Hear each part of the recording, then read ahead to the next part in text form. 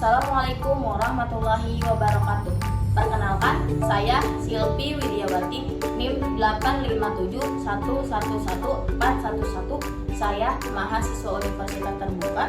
Di sini saya akan mempraktekkan praktikum IPA di SD, yaitu tentang jenis zat makanan, yaitu tentang uji karbohidrat dan uji lemak.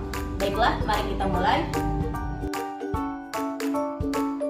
Yang pertama, kita akan melakukan uji karbohidrat pada makanan. Nah, untuk menguji karbohidrat, kita siapkan bahan-bahan sebagai berikut. Yang pertama, di sini kita ada pisang. Lalu yang kedua ada nasi. Yang ketiga ada telur. Yang keempat ada tahu. Yang kelima ada margarin. Yang keenam ada biskuit. Yang ketujuh ada tepung terigu. Yang kedelapan ada gula pasir. Dan yang kesembilan terakhir ada kentang.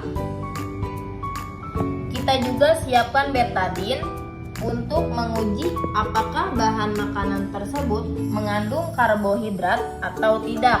Jika bahan makanan ini mengandung karbohidrat, maka setelah ditetesi oleh betadin, nanti akan berubah warna menjadi biru keunguan atau hitam.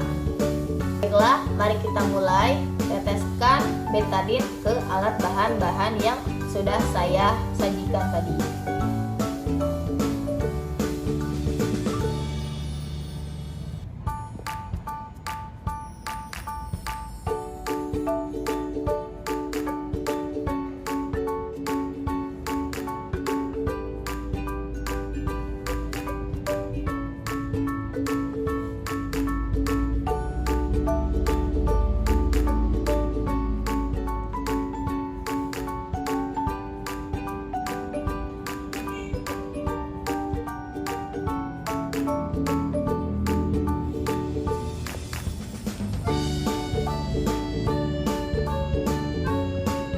Mari kita mulai uji coba yang pertama. Di sini ada pisang yang sudah kita kasih betadin tadi.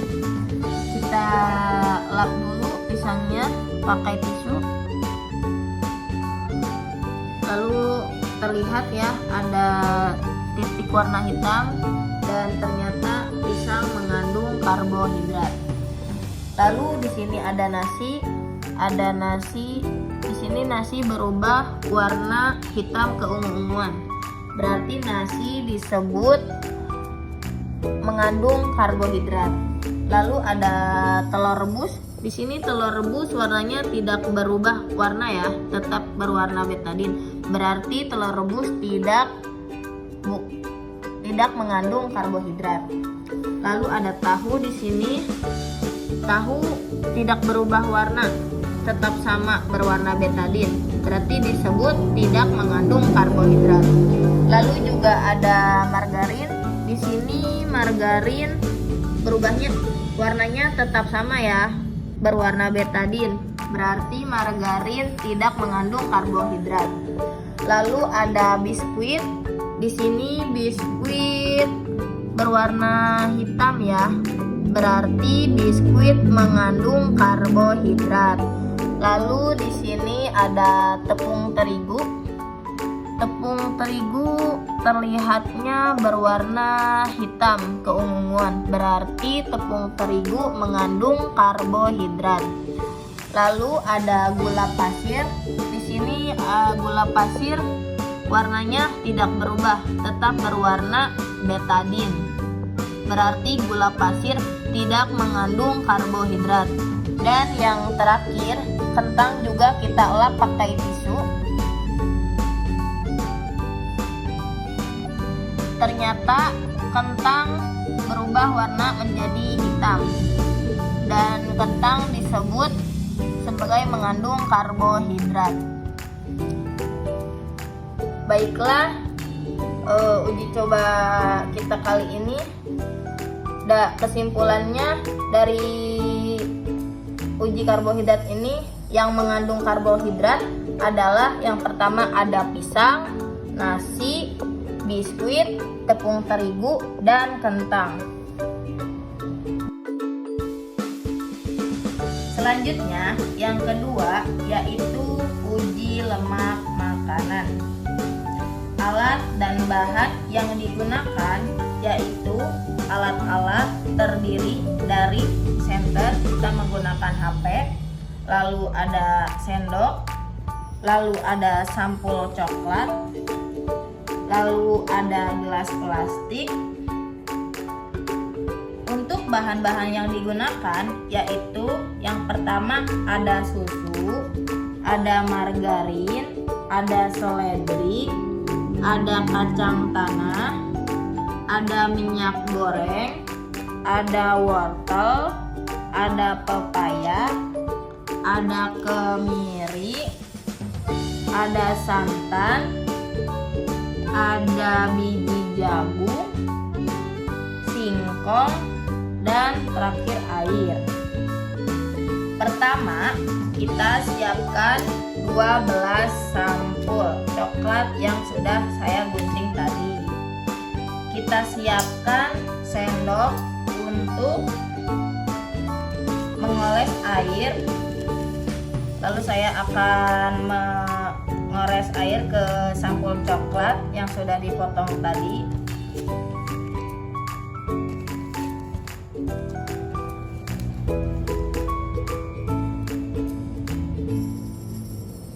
Selanjutnya kita ada minyak, lalu kita oleskan memakai sendok.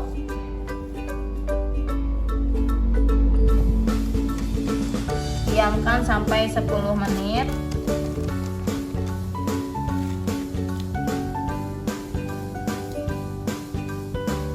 Kemudian di sini ada kemiri yang telah dihaluskan, lalu usap kemiri ini di atas sampul coklat ini.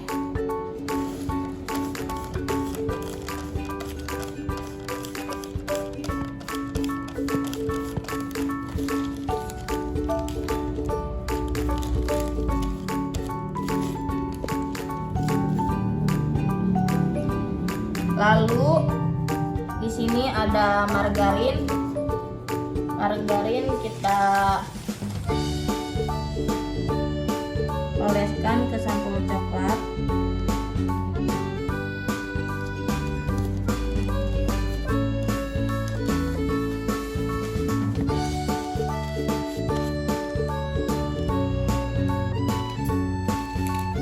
Lalu seledri yang sudah kita iris tadi kita tempelkan ke sampul coklat.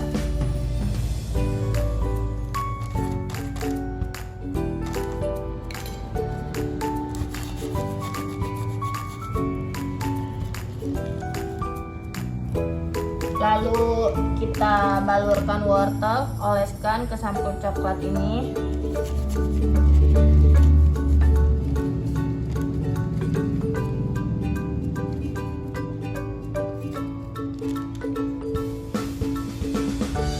Terus kita oleskan lagi biji jagung ke sampul coklat yang udah dipotong tadi.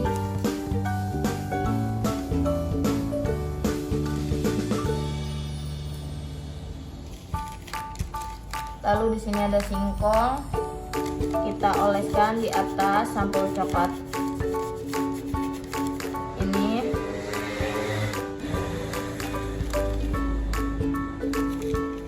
Lalu ada kacang tanah, kita oleskan.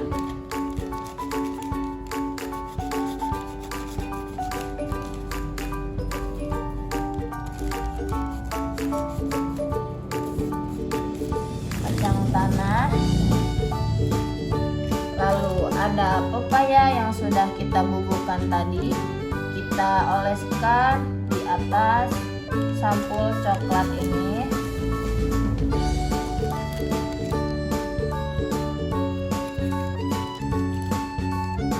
Lalu ada santan, kita oleskan di atas sampul coklat ini. Lalu yang terakhir ada susu. kita oleskan di atas sampul coklat juga.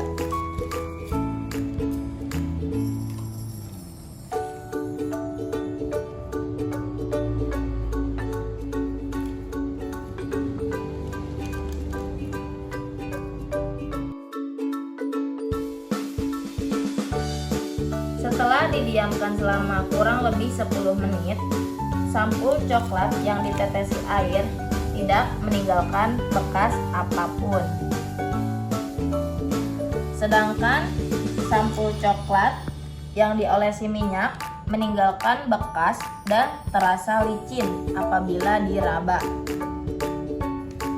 Selanjutnya di sini ada kemiri. Kemiri meninggalkan bekas minyak pada sampul coklat dan terasa licin. Terus di sini juga ada margarin. Margarin yang diusapkan di atas sampul coklat meninggalkan bekas minyak dan terasa licin apabila diraba.